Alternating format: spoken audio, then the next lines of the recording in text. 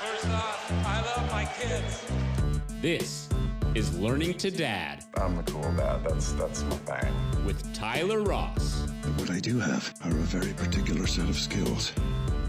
I'm gonna have fun, and you're gonna have fun.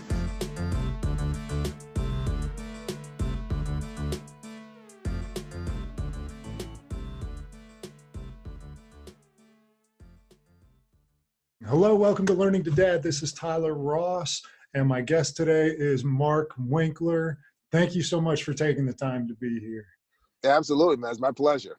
Oh, yeah, we got connected over Instagram. I think a mutual admiration of what we're each doing. You are Fatherhood_Circle. You've got a book. You got a book coming out called My Daughter's Keeper. It sounds like sounds like your experience with custody and growth as a father. And the thing that sounds like I'm getting goosebumps thinking about it is Manhood Camp. And I never have napkins or tissues or anything, but I brought them today. You got prepared, huh, Tyler? I'm ready for you, Mark, I think. But I mean, I feel like there's so much to talk to you about that I just want to just jump in a little bit. The point of the whole conversation is to share a wide variety of experiences from people that are super deliberate and thoughtful about being a dad, and everything that you're involved in seems to be motivated exclusively from a desire to be an amazing father and mentor to people. So can you just give us a quick little background on, where you're from, what you did up until having your daughter? Sure. Well, as my wife always points out, she says, I'm from St. Louis, which I am. But I always like to start my story off in New York because I moved there so young when I was about 12 years old. Yeah. But so I'm from New York by way of St. Louis. I grew up in New York, and that's kind of where I developed and came to my understanding of things I like, I don't like, things I want to participate in my life. And so that along that journey, it brought me to California. I'm sort of hitting the fast forward button here a lot, but it brought me to California with work that I was doing with my brother, who was an entertainment manager. So he brought me in to help him with that endeavor. And so we got involved with a pretty big company out here in California. And so and that relationship developed, but it sort of developed and then went high, then it went low, then it sort of phased out. And then, so after that relationship was dissolving, that's when I started to get really involved with, wanting to sort of go back to my roots. When I was in New York, I'd started working with youth and parents. And so I got back into that. But so it was in California that I became a father.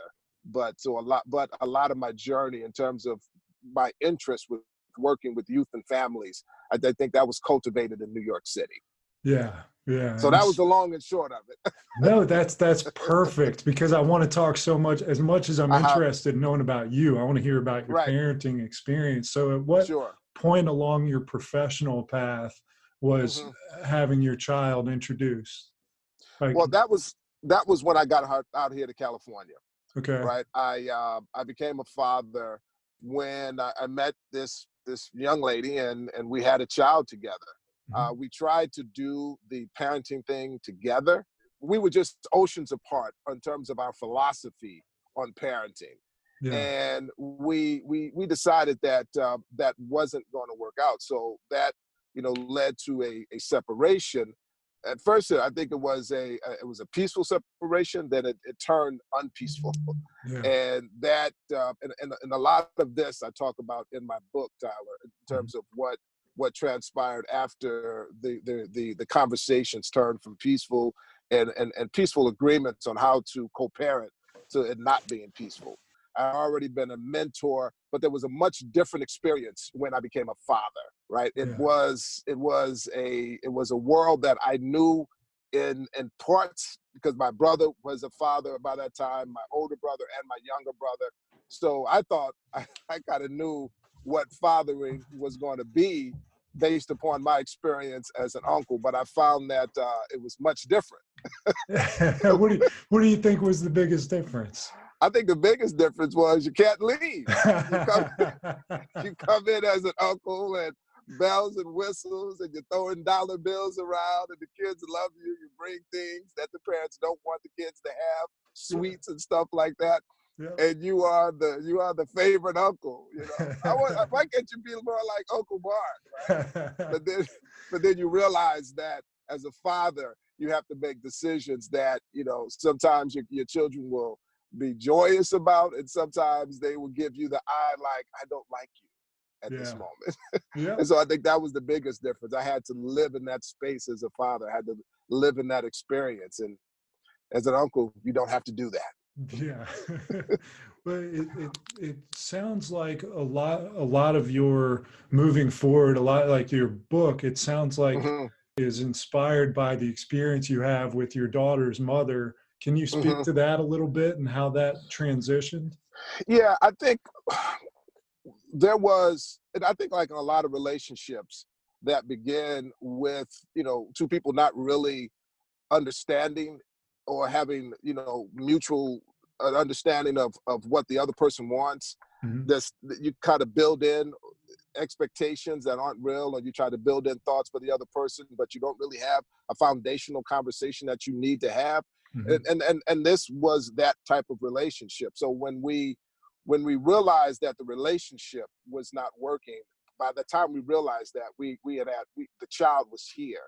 Yeah. So we tried and, you know, move past some of those that's this thing that we now understand about each other, but it didn't work. And what happened, and I talk about in the book, we began to have conflict, and that conflict began to present itself in front of the child, my child and her child, our child. And I said, hey, look, I can't. This is not, you know, we can't do this.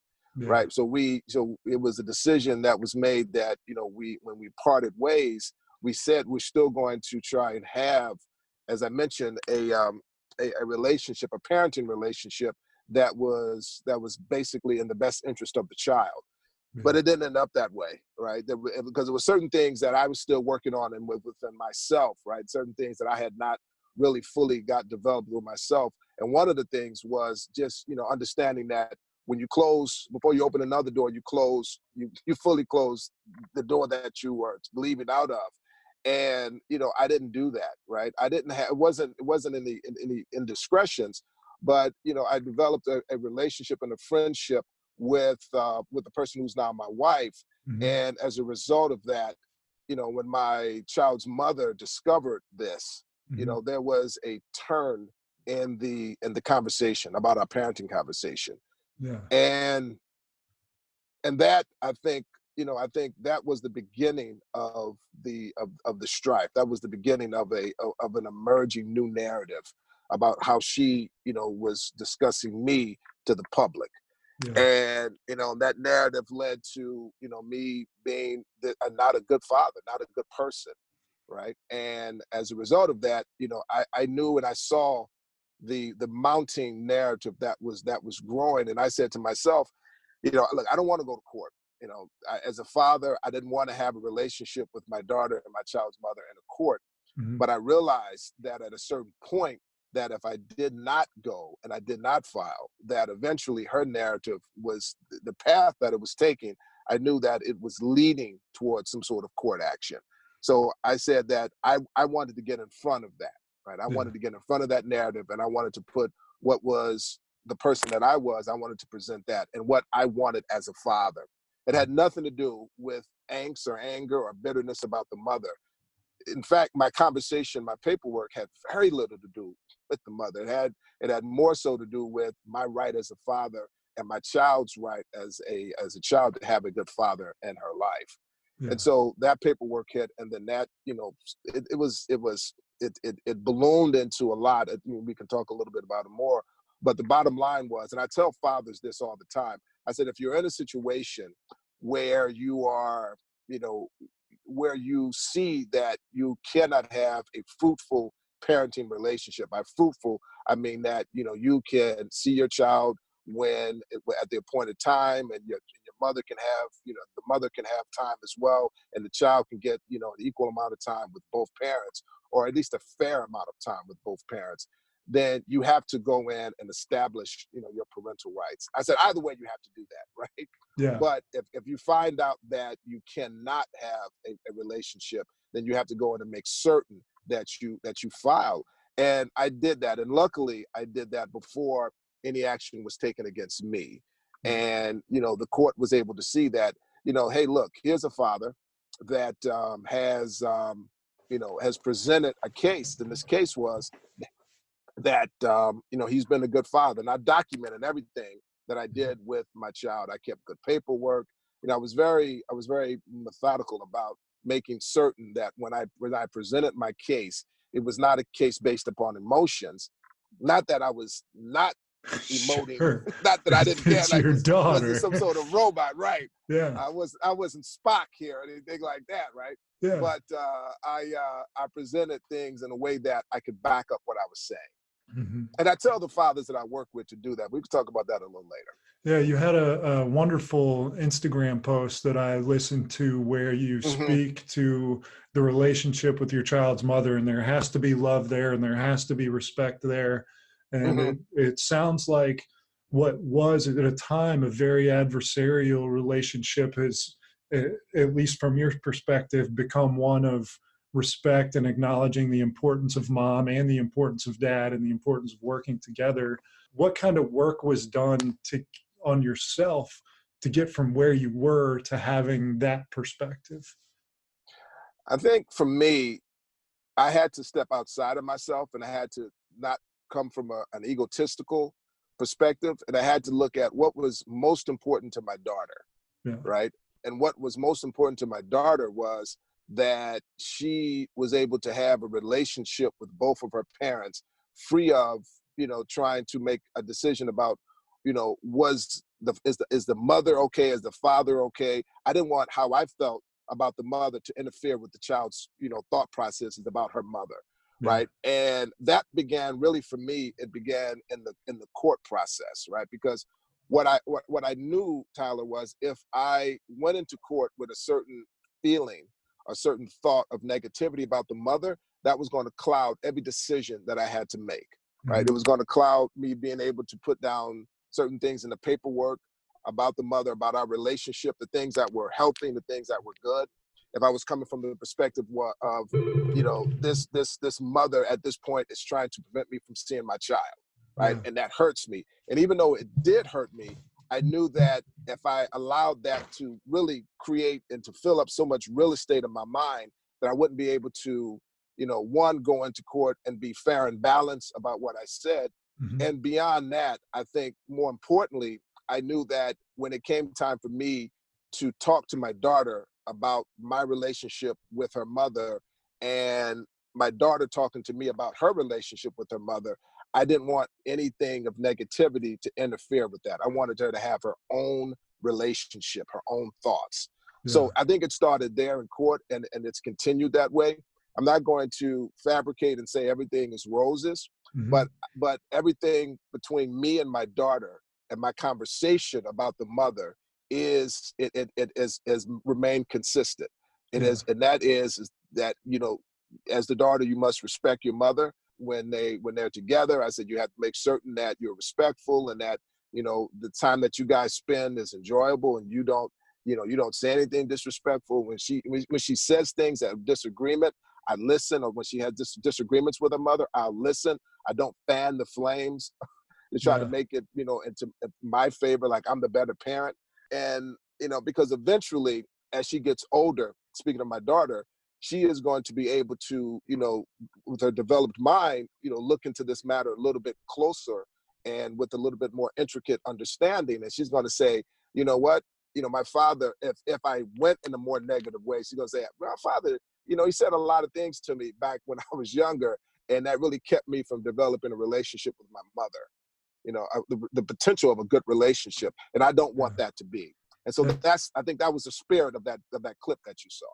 That's a really beautiful way of putting it. My dad's an attorney. He's a real estate attorney, transactions, but his partners do domestic work. And so I see so many divorces come through the office, and so many of them are emotionally driven and egotistically driven, and it's not about what's best for everybody or the family. It's about what can I get out of that person, what can I take away, how can I hurt them. And the egos associated on both sides, the husband and the wife, or wife and wife, husband whatever it is, like trying, it makes no sense to me, because there's an Right. easy way to do it and there's a hard way to do it, and it's got to be the ego that makes it the hard way. And it sounds like a lot of your work is centered around getting that ego in check so that you can be practical and make good decisions for everybody. Is that what, Fatherhood Circle is about? It is. It is. It's about accountability. Mm-hmm. It's about recognizing when that ego is emerging. Yeah. It's about understanding, are you doing this for the best interest of your child? Or are you doing this to hurt the other parent? Are you doing this to, give yourself some sort of congratulatory moment? Or are you doing this with the mindset that these decisions that I'm making are going to, profoundly affect what happens to my child, our child, the mother and father's child together in the future, right? And I think that with the Fatherhood Circle, we've developed a conversation that we've developed with the fathers, and this is the beautiful thing. It's when we started the meetings, there was a lot of reticence about sharing and about being accountable. We're men, right? We don't necessarily do those things, right? But as the people start coming in and people repeat, coming in one after, next meeting after the next, we've created an atmosphere where they understand that when you come in and you talk about how you're feeling, whatever experience you're having with your child, whether it be something extreme like court, or whether it just be you're having trouble with your teenage daughter, we ask that you come in and honestly present to us what's happening. And when I say honestly present, I mean talk about what your role is in this matter, right? The positive, constructive aspects of your role, and the things that are not positive, things that are deconstructing, things that are taking down the situation in a way that it should not be taken down. And I love the way that the fathers hold the other fathers accountable. And so that's the atmosphere that we're trying to maintain and grow in the Fatherhood Circle. I have always fancied myself a bit of a loner. Trying to relate to people has been difficult, but I'm realizing that as a human, I think our inclination is to be part of a group, part of something bigger and better, to work together. And are you finding that these men, when they become part of a group like Fatherhood Circle, blossom in a way that they become more, available to having real conversations? Absolutely. Look, we are tribe driven, right? Yeah. We have our cliques. We as men, we like sports, and we have particular sport teams. We end up going to the same spots, like in that television show Cheers, where everyone knows our name, right? So we have these moments, right, where this happens, and it's no different in the Fatherhood Circle. Once they come in and they start to feel a part of the tribe, they feel like I can start expressing myself. And the thing about the Fatherhood Circle is not mandated, right? So I talk about in my book that, I knew at a certain point that I could no longer isolate, right? And so I started to reach out to different groups, and I found some groups out here, and, a couple of them, one I really love, but it was basically mandated for a lot of the fathers. And I still noticed that reservation to really just talk about what was going on. So that was one of the things that I said, look, if you're mandated, you can come, but this is not, I didn't want to partner with any court situation, because I didn't want this to be that way. I wanted to be a place where if you want to come, you can sit down, we can be in this tribe sort of moment, and we can talk about what's happening, right? And again, it's not all about severe parenting moments like court or something like that.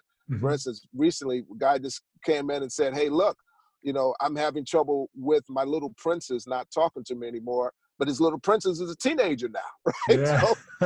So that's a real moment, man. My daughter is 11, and I have two stepdaughters who are teenagers, but my biological daughter is 11, and I can see the changes happening, right? I can see her becoming more independent of thought, which is good, and I'm encouraging that.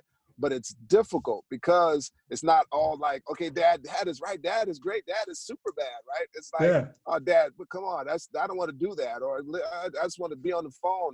And those moments, man, when that happens, it stings. And if you don't have someone that you can talk to about it, you kind of just wrestle with those crazy thoughts. And sometimes in that isolation and that alone, you can make bad decisions, right? You can, your teenage daughter who's becoming a teenager who wants to do something. And if you don't have counsel to tell you, look, you got to give her space to do that, you shut it down. Like, no, you're going with me. We're going to do what we normally do.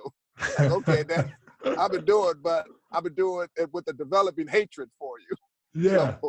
So that's part of I think the beauty of having those men around you where you can have those type of conversations. Do you find that it takes very long and when a man first joins the group to have the conversation, are they ready to come out and start talking, or do they have to hear everybody else talk and feel like they've been folded in first? I think you have to be folded in. I mean, look, we're men, we're conditioned, right? Yeah. I'm reading this book by Devon Franklin, and I talk about the truth about men. And in the book, he talks about being in the man box, right? And in that box, most men are conditioned and socialized. And we're socialized not to do that. We're socialized not to talk about our feelings. We're socialized not to ask for directions, either from when you're driving or life directions, right? Yeah. And so these are the things that we're conditioned. So yeah, so that happens. But I think when they come in and they get an opportunity to see other fathers talking, and they feel a permission to do that as well. And the permission is granted, sometimes just by visual, and sometimes, hey, look, you didn't want to say anything. It's no force though. If you're ready to talk, hey, let's have a conversation, kind of like an AA meeting. You can come in, you can talk. You don't have to talk, right? Yeah. And so, but I think eventually, they see it's a safe space, and I think that's the important thing, right? There's no judgment, there's no shaming, there's no criticism. There's being held accountable. Mm-hmm. That happens, right? When we see, hey, look, I feel like, and that doesn't just come from me, some of the other more seasoned members, but hey, I feel like it's beautiful that you share, but I think there's something else. Yeah. And sometimes they're ready to talk about it, sometimes they don't, but then sometimes they come back. But they find that when they do fully talk, fully emote, fully talk about what's going on, then the men can really give some really good input. Right. Otherwise, if you give just enough where you want to just be congratulated for what you're doing in that situation, then, the guys there, they can kind of see through that. Right. And I think, that's it's a development thing. But to your question, no, it doesn't happen right away. Yeah, being available to feedback is a pretty vulnerable feeling, and that's not one that we've been culturally conditioned to accept as men. So is there kind of a common theme among the men that participate in Fatherhood Circle, or they come out of left field? Could be anything. It could be anything, man, because I open it up to all walks of life. So, we have fathers who are older, we have fathers who are younger, we have fathers who are, Black, Spanish, white. So it runs the gamut, right, of fatherhood. And I think, for me, I think that's beautiful because the commonality is that we're all fathers, we're all walking this journey. And, at times we all don't know what we're doing. Right. And so, fully know, but we can piece together different information. And because there's the age differences with fathers, and the age differences brings different ages of their children. We have fathers who've gone through, the toddler, the preteen, the teen. We have fathers in there, a couple of fathers whose children are grown, adults and on out of college and in the workspace. And so we get to have this sort of this gumbo soup of conversation at times, and everyone is bringing in different ideas and different thoughts and suggestions, and it's just it turns out to be a beautiful experience. Yeah, that's amazing. It's so cool. This podcast is like my way of trying to work towards not being just congratulated for what I'm doing, but like drawing stuff out, so work in progress always. I think that's amazing to bring together a group of people and say, hey, it's okay to, feel about things. Yeah. Talk to me about Manhood Camp a little bit. That sounds amazing. Mm-hmm. Well, Manhood Camp was a organization that was started first by my business partner, Trayvon Tillis. And he came to me This was about maybe eight or 9 years ago. And he said, because we were working together, and he knew that, I had done this type of work in New York, working with, at-risk youth and parents. So he said, hey, look, I'm starting this organization. Do you want to help me to develop and grow it? And he was already having conversations with a school out here in California where he was going to bring the program. And so I said, look, I love this. Let's have the conversation. And I liked his vision. I liked what he wanted to do with it. And so I sat down with him, with the person, I forget the name of the school, it was James Monroe. And we talked about, bringing the program, our 9-week program, to the school. And the person there, her name was Miss A. She was the disciplinarian person. And so she said, hey, look, I have some what are considered to be incorrigible young men. And, if you want to work with them, you can. And so we did. We started. We came in. And, after like 6 or 7 weeks, she came in. She said, what are you guys doing? I mean, they're really engaged. Yeah. And I think what we did was we from the onset of putting together the organization and putting together our curriculum, we said that it was going to be very engaging. It was not going to be this is what you should do sort of moments, and this is what you need to do, step ABC to matriculate through, being a young man into manhood successfully. But, let's talk about where you are. Let's talk about what you're doing. Let's talk about, the things that are positive about what you're doing, and some things that we feel if you add this in, it could be expanded, and you can get so much more enjoyment out of what you're doing, but also you could set yourself on a path. So it was a lot of engagement. It was a lot of figuring out like what their interests were and developing a curriculum around that.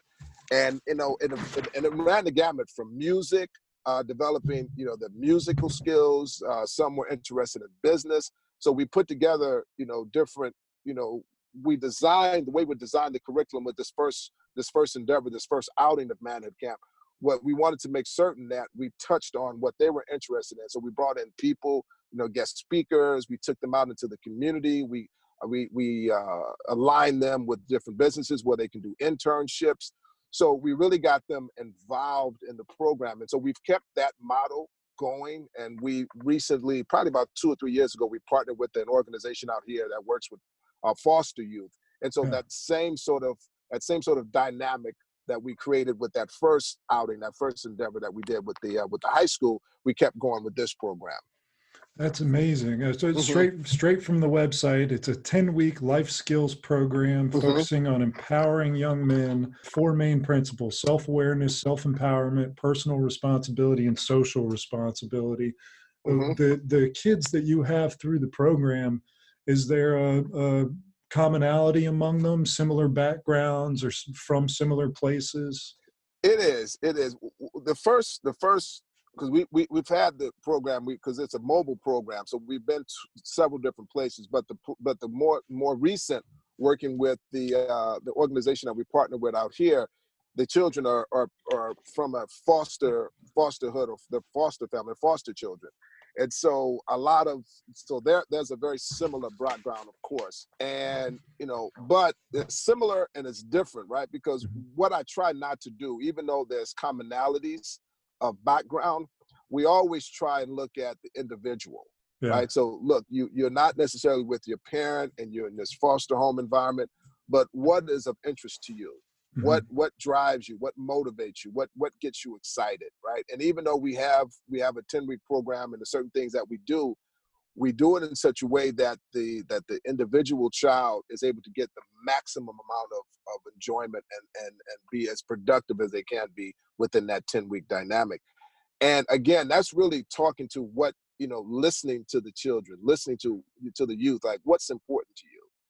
What are you excelling at right now, right? And so we had one child who was, who really loved to do coding, right? And so we didn't necessarily have something built in at the time, but we went and partnered with Apple, and we were able to, expand that and put that into our programming.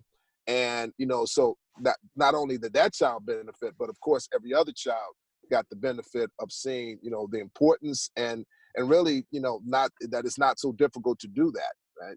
And so I think that's the winning formula that we've been using. It's really making sincere connections with the children.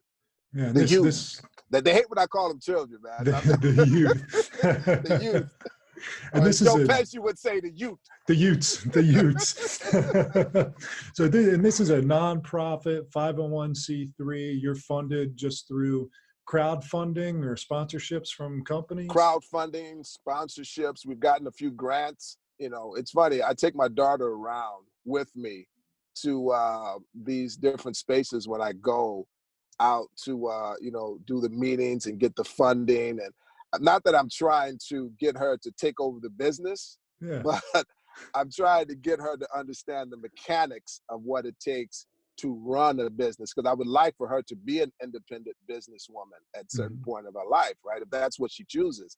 But I want, because she talks about, Dad, I want to own a business. Like, I want to do this. I said, well, you want to do this right now, right? Yeah. But you may not want to do it when you get older. But I love the fact that you're interested in doing it, helping people. So I take her around, Tyler, so she can see that this is what Daddy has to do in order to sustain the business, right? And so I take her to the meetings. I let her see me working online. I let her listen to the phone calls.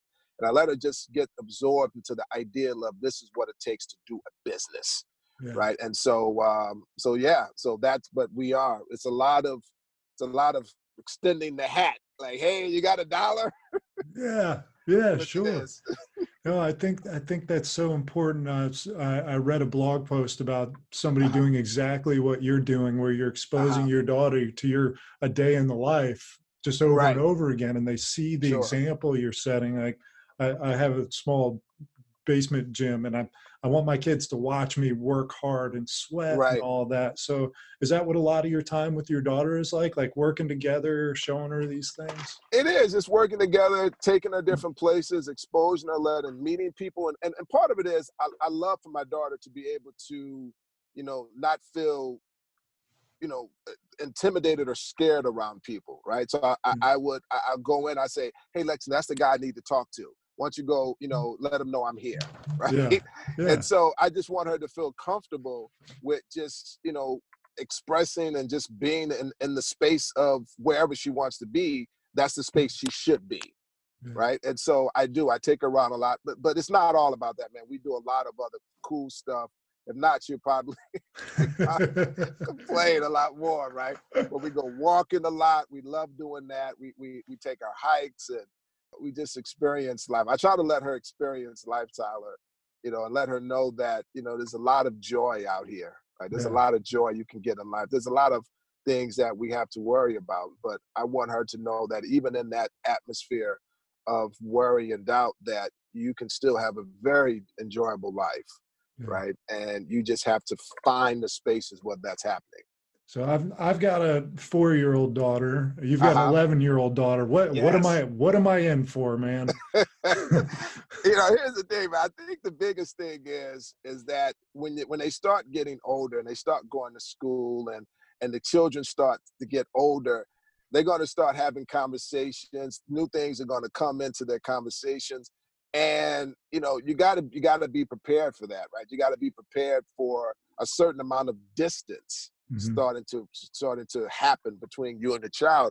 And I think as parents, if we quickly recalibrate and get into where they are in the spaces of their thought and their development, I think we can stay in step with them, right? Yeah. And one of the things I do with my daughter, I don't assume that she doesn't know something. Right. Like, even though she doesn't talk about something, whether that be about relationships, physical relationships or things that as a father, I wouldn't necessarily want her to talk about. Not that, but I frankly don't want to talk about with her. I don't assume because she's not talking about it, she's not being exposed to it. Right. So, I leave open the space. Hey, look, you are 11 and you're around 11 other 11-year-olds that have phones that I'm sure that are not thoroughly parental guided equipped. So they get to surf the net, right? And so they're going to be exposed to a lot. So I go in, man, and I listen to her. I listen to the games that she plays. She asks me to come in. I do that and I sit down, and even so some of the games, man, they're like, oh my God, I got to listen to this again. I do, man. And I listen to it, and some of it I generally find like enjoyable, right? So, but I think the biggest thing, Tyler, is that you're going to find that there's going to be more challenge around maybe 7 or 8. As Yeah. she gets to 10 or 11, those challenges are going to increase about what she doesn't want to do. She's going to be around people. She's going to become more body conscious, right? So what she wants to wear. And you have to be able to say, hey, look, you know, like my daughter, for instance, she has this thing now where she wants to wear like these tights the girls are wearing, right? Yeah. And so I said, hey, look, sweetheart, I don't want to tell you what to wear and what not to wear, right? But you have to understand that as a father, certain things that's happening to you right now, I'm just not fully ready for yet, Yeah. right? So I'm asking you if, okay, so you want to wear that, just make sure you wear it with a shirt that covers your hiney, if that's okay, just long enough, and that you won't have any problems with me, right? Yeah. And but then you have to catch yourself, right? Because some of the things that we say as parents are just automatic from what we learned as children from my parents. Yeah. I'll give you an example. My daughter wanted to get her hair cut, right? And my first reaction was, no, you can't do it, right? And I thought about my no, and I realized that there was no sort of basis for my no other than the fact that my mother and aunts and grandmother basically led me to believe that a girl is prettier with long hair. Yeah. Right. So that was the basis of my no. But my daughter said something. I talked to my daughter about this because, you know, I said, if you want to get your hair cut, you have to call your grandmother and talk to her, right? And darn it, Tyler, she made that call, man, right? And so, but then when she got off the phone, she said, okay, Dad, here's the thing. I want you to give me an answer, but I want you to give me an answer not based upon what your mother thinks, not what your aunt thinks, and not what you think, based upon what I've told you what I've wanted. And I thought about it, man, and I really didn't have an answer. Like, I really couldn't give an honest no. Your 11-year-old asked that of you? She asked that of me, Tyler. The fact that she asked that of me, I said, you know what, just because the question, the way you posed that, I'm going to get out of your way. And I got out of her way, and she got a haircut, man. And it wasn't, the sun still came up the next morning. But I did that, man, because, you know, she's 11, and I want her to start defining what she sees as beautiful, right? Yeah. Not how the world sees, you know, beauty. If she sees beauty in short hair, then I want her to do that. And I don't want her to feel she had to curtail that thinking because of her father, because of her grandmother, or anyone, right? I want her to start making these decisions. And I think that's the hard part as parents, when you talk about what are you in for. I think letting go of these things that we have control over, or we think we have control over, sort of letting go and letting her find the space. I recently told her that, you know, there was no Santa Claus, man, like last year, right? Yeah. And she knew, but I think she allowed me the space to let her believe that there was still a Santa Claus. And the reason I waited so long is because of that ideal of that control, man. I wanted to still keep her in some sort of, you know, ideal of things being magical and things being beautiful, you know? Yeah. And I think those are sort of the hard things, man. When you see, and you just start seeing the development and you see her moving into womanhood, right? As a young lady. And you start to, and then you start to think about all the other thoughts. And these thoughts will start happening around 10 or 11, because you know that these are the times when you think about when you were 10 or 11, kind of what was going on in middle school. Yeah. Right. Yeah. And so those are the thoughts, man, that we don't want as parents, but we have to be able to make the right decisions around what's happening with us and our children. It's so, I'm finding one of the most, I'm not there yet, but I'm expecting as my daughter and my son both get older, that I'm going to have a lot of self-awareness associated with the context of their lives versus the context of mine. Like you talked about your mom or grandmother, you know, defining something one way because that's the way it was then. But now it's different. Trying to like we have to really allow their world. We have to see that. And one of the biggest things, of course, is social media. You didn't have that. I didn't have that. No. Like, I know that's something that we wanted to talk about. Like, speak to me about your thoughts on social media and the role it's playing in your daughter's life, her friends' lives, the Manhood Camp kids' lives. It's enormous, man. And I think that I have this love-hate relationship with social media, right? On the one hand, it definitely has helped me as a business owner with Manhood Camp to get the word out there about Manhood Camp, to do the crowdfunding. But on the other hand, when I think about the children, it sets them in positions where they now have to define their life and their relationships through these really quick moments, Yeah. right? And these at times very artificial moments. And it's something that you really can't control, because those things are not going to change until the dynamics of those platforms change. And who knows, they may not, right? Change in a way that's more healthy. And so you worry about what your child is going to be exposed to on there. You know that there's no way to really do a real serious parental control, because if you try to regulate it in one way, they can just go to school and get their, or they can create a fake account that you never know exists. Mm-hmm. And so you really just have to, what I find, you really have to have really open and honest conversations with your children. You really have to make them feel comfortable that if they come to you with something, or if you're going to be in a conversation about something that's very sensitive to them, whether it be them liking having a crush on someone or developing feelings for someone, that you're not going to shut that down. You're not going to make them feel like they can't have those moments, or they're too young for those moments, because we had them when we were of their age. So we have to know that these things are going to happen. And so we have to be very open about, hey, keep it an open atmosphere and door, like, come to me, talk to me.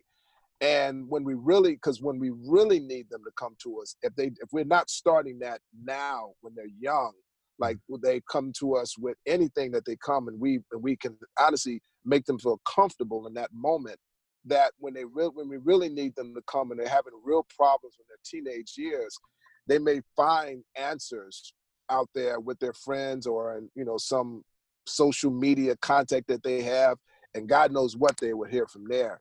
But as a parent, man, I worry about, social media, because there's a lot of creeps out there, right? Yeah. So I worry about them making contact. And I know a lot of, and I did this whole, conversation I had developed around human trafficking. I'm not going to get too much into that really at all, but I know a lot of those people prey on, and prey through the social media, right? And so those thoughts, man, as a father and as a youth mentor, I'm concerned with.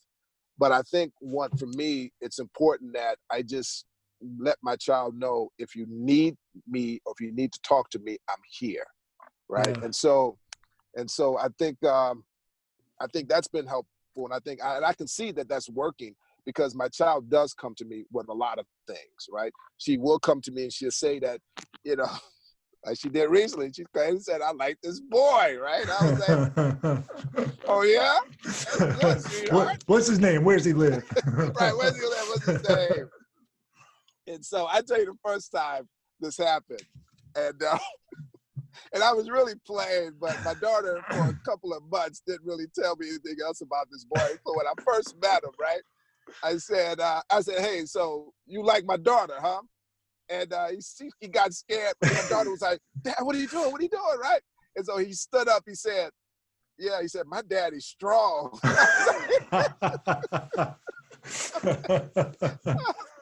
I don't care about your father. Anyway, so for a couple of months, that's just my quirky humor, man. She gets me, yeah. But then she didn't get it, so she didn't really talk to me about this guy for a couple of months, man. So, but in serious though, we have to be able to have these conversations that, as fathers, especially fathers with girl children, we don't want to have that conversation, right? We don't want to think of our little princess potentially, holding hands or, getting a kiss from some boy on the schoolyard. We don't want to think about those things, yeah. Man, but those things happen, right? So I think I was 12 or 11 when I first, kissed some father's daughter. So, yeah. It's a reality, right? So indeed. There you go. Well, so do you have any advice for parents on how to establish that relationship with their kids, on getting them to just, getting your kid to trust you? Mm-hmm. I think you have to I think one of the things that's been helpful for me is that, I spend time with my daughter. I make time for her. We walk, we talk. I leave open for her to talk about things that she wants to talk about. I even bring up conversations about, hey, look, is this, is this going on in school, or have you heard about this, or what have you heard about, things that, men and women do. I bring up uncomfortable conversations with her, but because we spend so much time together, and that time is really, I make time for her on the weekends and during the week. So I create moments that, become opportunities for us to share, one to the other. And I think engaging, if you see her playing or your child playing a particular video game, sit down, ask them earnestly, how do you play that game? Let me play with you. Show an interest in what they're doing. You probably won't go and buy the game yourself, but at least your child will see that you're engaging. When your child brings you a particular thing of interest, whether it be, if she shows interest, he shows interest in drawing or whatever, try to find opportunities for them to do that. Let them know that you are aware of what's of interest to them. So I think those things are important for parents to, be mindful of. Yeah, most definitely. So between your daughter and the kids that you've mentored, have you seen any like real bullying and had to teach a kid how to handle bullying? So with bullying, one of the things I tell my daughter and I tell, the youth I work with, don't be quiet about it. Yeah. If it's happening to you or with someone, don't be quiet about it, right? Tell someone that you trust. Yeah. Right. And if you are talking to your child and you have this open air relationship and you're developing that, your child will come to you. Right. Yeah. And I tell them to, with the kids I work with, I let them know, hey, look, if it's not your foster, parent, then find someone at school that you can trust, that you can have this conversation. But, I tell them, don't engage. Mm-hmm. And with my daughter, I say, look, people, when they're in that bullying mode, there's something there that's something missing. Right. And by you engaging, that's not going to solve the problem, right? Engaging meaning trying to escalate the situation. So if it happens, if you can, get away, just move out of the space. Mm-hmm. Just, whatever you say, don't do anything, say anything to escalate it. Just get out of the space as quickly as you can, because the bully bullies when that person of that object of the bully is right in front of them normally, right? And so then you go find someone who can interrupt that, find someone who can stop that. And it's not easy, man, because sometimes when it's happening on social media, that's, who do you talk to, right? Yeah. But, it's hard because they can trace you and find you in different ways. And so, that's where I think, again, being connected to your child is important, because they will feel more comfortable about talking to you, perhaps about, hey, look, this is happening to me online, right? Yeah. But if you make them feel like, they're going to get lectured or they're going to get in trouble in some way, like I told you, that's what goes on the internet, you shouldn't have been on there, then that's going to be that reticence, going to be that reservation about coming to you. So the big thing is I say, look, it's happening. It's going to happen. Try to find someone. Let my daughter and the youth know. Try to find someone that you trust, that you can talk to, who's responsible, who's going to guide you in the proper way, who's going to do some sort of positive intervention that's not going to escalate the situation. So seek that. Yeah. Seek that first. Something else I know we wanted to touch on. My segue into it's going to be the question. A lot of the kids that you mentor, single parent kids. Can you speak to the impact of one parent and what that's like for them as the kids? Yeah, I think like parent alienation is the phrase. Yeah, exactly. I think when you have single parents, one of the things I talk about in the Fatherhood Circle a lot is that, especially, fathers who are experiencing this, I said, look, it's painful.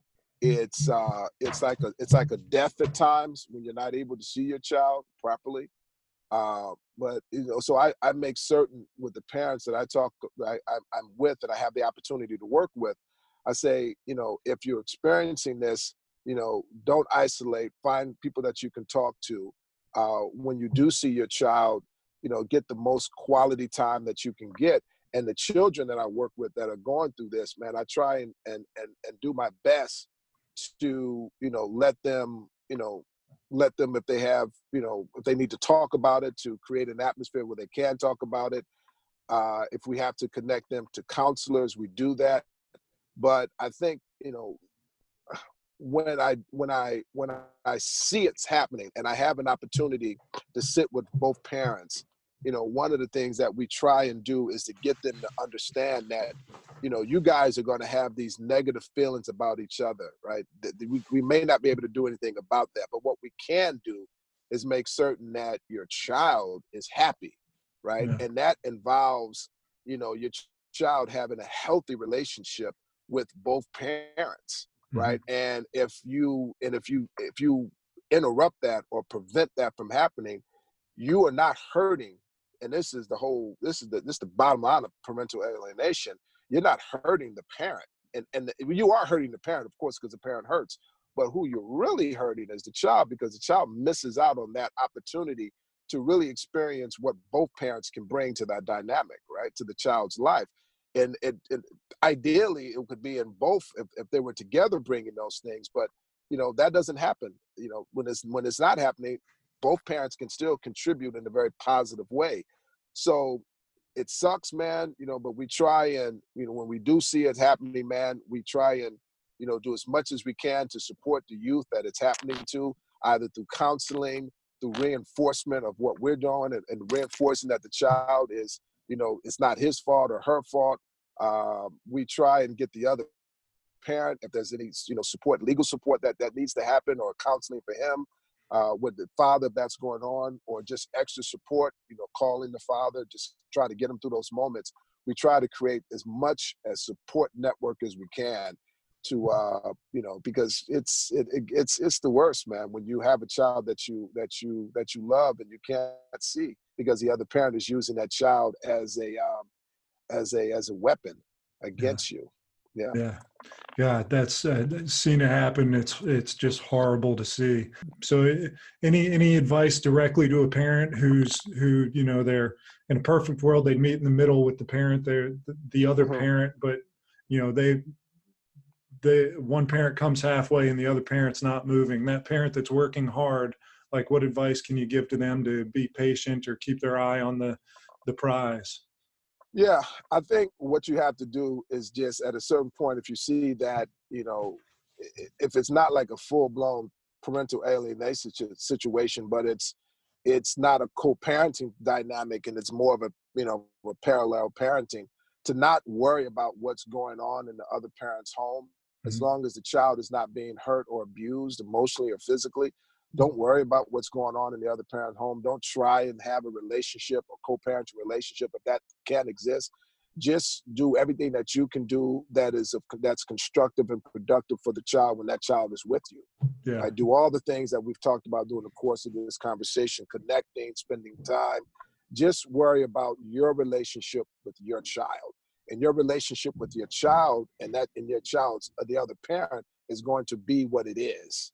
Yeah. Right? You can show the example of what a productive parental-child relationship is, and as the child gets older, they will have that example. They will say, "Hey, well, look, I see how my father." As I'm just going to use fathers because I work with fathers. I see how my father is handling my relationship with me versus what's going on over here, and at a certain point, the child won't, even if he's getting confusing messages from the other side, the child will be able to say, look, my father was consistent. My father did this, he did this. He didn't talk about, my mother. I didn't hear any negativity coming, And so I can say that, this is the type of parent, or this is the type of human being that I want to be, right? Versus, and I still love my mother, but, I feel that there's some things that needs to happen for her to be the best person that she can be. Yeah. So, I'm not going to make those same mistakes. So the biggest thing is just concentrate on the relationship with your child, right? Especially at a certain point when you see that co-parenting just is just not possible. Yeah. So Tell me 3 qualities that you think every father needs, 3 traits, qualities, characteristics. I think they need to be open. I think they need to be accountable. And I think they need to not be ego driven. Yeah. Do you have anything that you put into practice to stay that way yourself? Yeah, I definitely, man. I think when something goes wrong, when something goes wrong in a situation, so Yeah, I'm yeah. learning, I'm having the ability to do that more, to be accountable.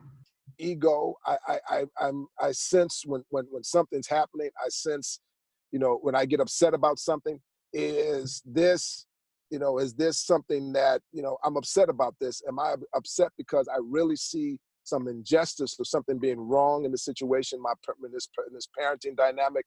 Or is the child, am I just upset that the my daughter's not, doing what I say anymore as 11-year-old, like she did versus when she was 3, Yeah. right? Let me ask you, since you've become a father, how have you become a better father? One of the things that I did was I stopped parenting. I talked about this earlier. I stopped, parenting on autopilot or just from a robotic sort of, this is how things should be done. I Yeah. think I become a better parent by listening and by being open to, this new world that we spoke about, that our children are moving into, right? And being open to learning about those things, being open to participating in her world. And so I think that has helped me to be a better father and really just a better man. It's helped me to put down my ego, right? And it's helped me to, being in the groups that I conduct, it's helped me to be able to, when something is bothering me, to be able to express those things. And so I'm showing, my example of being able to, talk about, what's going on. And my child sees that when I'm having those conversations with my wife, my child can see that, this is how a person should conduct themselves in a relationship. This is how a person should conduct themselves in a personal relationship and a business relationship. So it's helped me to be a better parent just by being open more and being less ego driven and being more, I love that word, being more accountable, Yeah. so. And so writing your book, I find writing to be very internal reflection time. So what'd you learn about yourself as you wrote My Daughter's Keeper? I think the biggest thing was I learned that I learned that I was selfish and in relationships, selfish in that I thought I was, because I was a good guy, right? I thought I was a good guy in some sense, but I learned that, in a lot of ways, I was very selfish, and I thought about, you know, I would create environments that were, were not violent. They were peaceful. They were joyful, but they were based upon, what I thought was joyful. What I thought, it was very much centered around me, right? Mm-hmm. And I realized that in the course of writing this book, that, that was something that I needed to change, right? And I definitely needed to change as a father, but also, coming into a relationship and a new marriage, I needed to be able to look at, this world around me and look at other people's needs, not necessarily in relationship to my needs, but, how can I better serve their needs and to help them grow, especially my daughter, but even with my wife, helping, the relationship grow and being as concerned about her happiness as I, as a man, wanted to be happy in this world. And so I think that was the biggest thing for me. Yeah. So one of the things I think that's important for people to have is resilience. How do you teach your daughter to be resilient? Well, I teach her that, life is going to bring ups and downs, and that she has to, enjoy the ups and learn from the downs. And I think she has to be able to not be afraid to, get back up and to go after what she wants, even though it may take longer than what she expected, because sometimes things in life take longer. And I think by me taking her to these different spaces and me having to, ask over and over again and make calls over and over again, and to not be withered in my pursuits. She sees that. So I think through my example, I think she sees that, life could be beautiful, but it takes time to get to that beautiful space. Yeah. All right. I'm one more question, then I'll get to like rapid fire questions. What is the role of a father? I think the role of a father is to be, I think the biggest, is to be an example of what the child, how the child should be when they get older. I don't look at traditional roles. Some people would say as the provider or protector. Those things, are present and are dynamics, but I think, showing the child, how to love, really, how to love themselves and how to receive love and give love. For me, that's the biggest role of a father, man, because I think from there, everything can grow. If a person loves themselves and they're able to, take that love and then project that love, that they're going to be pretty terrific human beings as they get older. That's awesome. So I'll get into some kind of rapid fire questions, and then I'm going to let Let's you go go. so you can turn the air conditioner on in your car, Mark. What is on your not to-do list as a dad? Not to, be careful not to define what the child's life should be, meaning that, I don't put the child in a sort of a cookie cutter sort of position where you're saying, okay, and I want you to be, you're going to go to dance class, you're going to do this, you're going to do this, not to define what happiness is for the child. Love and to that. let that happen naturally. Awesome. What's the greatest hope you have for your daughter? That she's happy, man. Right. And I'm not going to define what that happiness is, but when she gets older, that she can honestly look around at her life, whatever four walls or whatever space she's in, and say, I'm happy. Yeah. The book of your life, what chapter are you in now? Yeah, that's a pretty good question. I think probably I would be in New Beginnings, right? I think after going through, the courts and becoming a father, I think I'm in New Beginnings because I've learned a lot about who I thought I was versus who I want to be. So this chapter would be New Beginnings. Yeah, love it. How would you describe the type of father you want to be remembered as? I want my daughter to remember me as someone that she could come to, someone that she can feel comfortable and talking about what she wanted to talk about, what she needed to talk about, and someone that was there for her, no matter what. Yeah. My dad was there for me. Love it. All right. Who's your favorite television father? That's a good one, man. I would probably say probably Uncle Phil from The Fresh Prince of Bel-Air. Yeah. I love that. It never even occurred to me, but that's wonderful. It's great. So Lewis House runs a podcast called School of Greatness, and he fed me this question. I think it's a great question. When do you feel the most loved? Jeez, that's a great question, man. I think I feel the most loved when I am with my family, my nuclear family, right? I mean, my extended family, now that they're at one time my nuclear, but now extended, I feel love. But I think I feel love when I'm in the space with my family and we are just there watching a television show or just being together, man.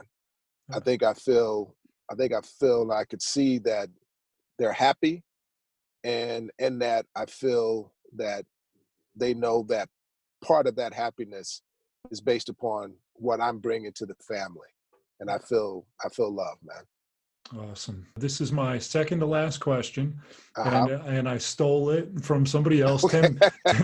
Tim Ferriss asks this question. Okay. So it's called the billboard question. You've got a billboard on the side of the highway, and all the dads are driving by it at 100 miles an hour.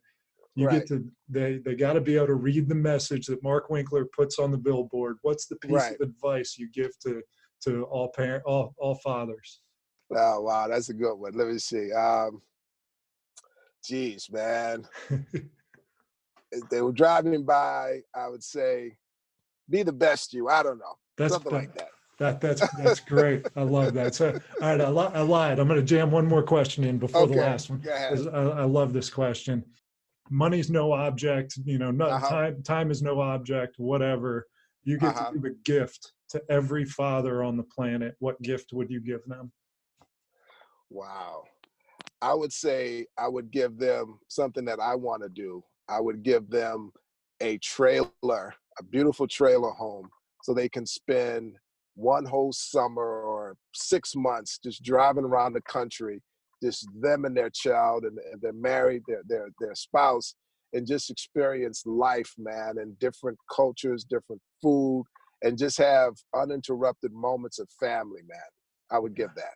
That's a wonderful, I would like that gift. So here's my last question, but first, first I want you to tell me where people can find you on Instagram, on the internet, everywhere, your book, plug yourself. There you go. Shameless plug moment. Please. They can find me on Instagram at Fatherhood Circle, at Fatherhood_Circle. They can find me on Facebook at My Daughter's Keeper, the book. They can find me on my website is markrwinkler.com. The name of the book is My Daughter's Keeper. It will be coming out June 13th. Awesome. So they can find that online. We're going to be looking at getting to some bookstores, but we're first going to start on the online platform. And they can find my organization at manhoodcamp.org. And that's always looking for donations for the benefit of these thousands of kids that you're impacting. So I hope people will give. Thank you. my last question to you, Mark, is in the event this recording lasts for generations to come, what is a message that you would like to give your kids, their kids, their kids, their kids to survive forever? That you should do whatever you can to get the most enjoyment out of life, but not in a selfish way, and to give the most love that you can. And to, when you walk into a space, try your best to leave that space better than when you entered that space. Do your best to do that. Mark Winkler, thank you so much for coming on, man. I appreciate you so much. I learned so much, and I'm just grateful for your time and experiences and your sharing. I thank you, Tyler. I thank you for this opportunity, man. It was great. I enjoyed talking with you.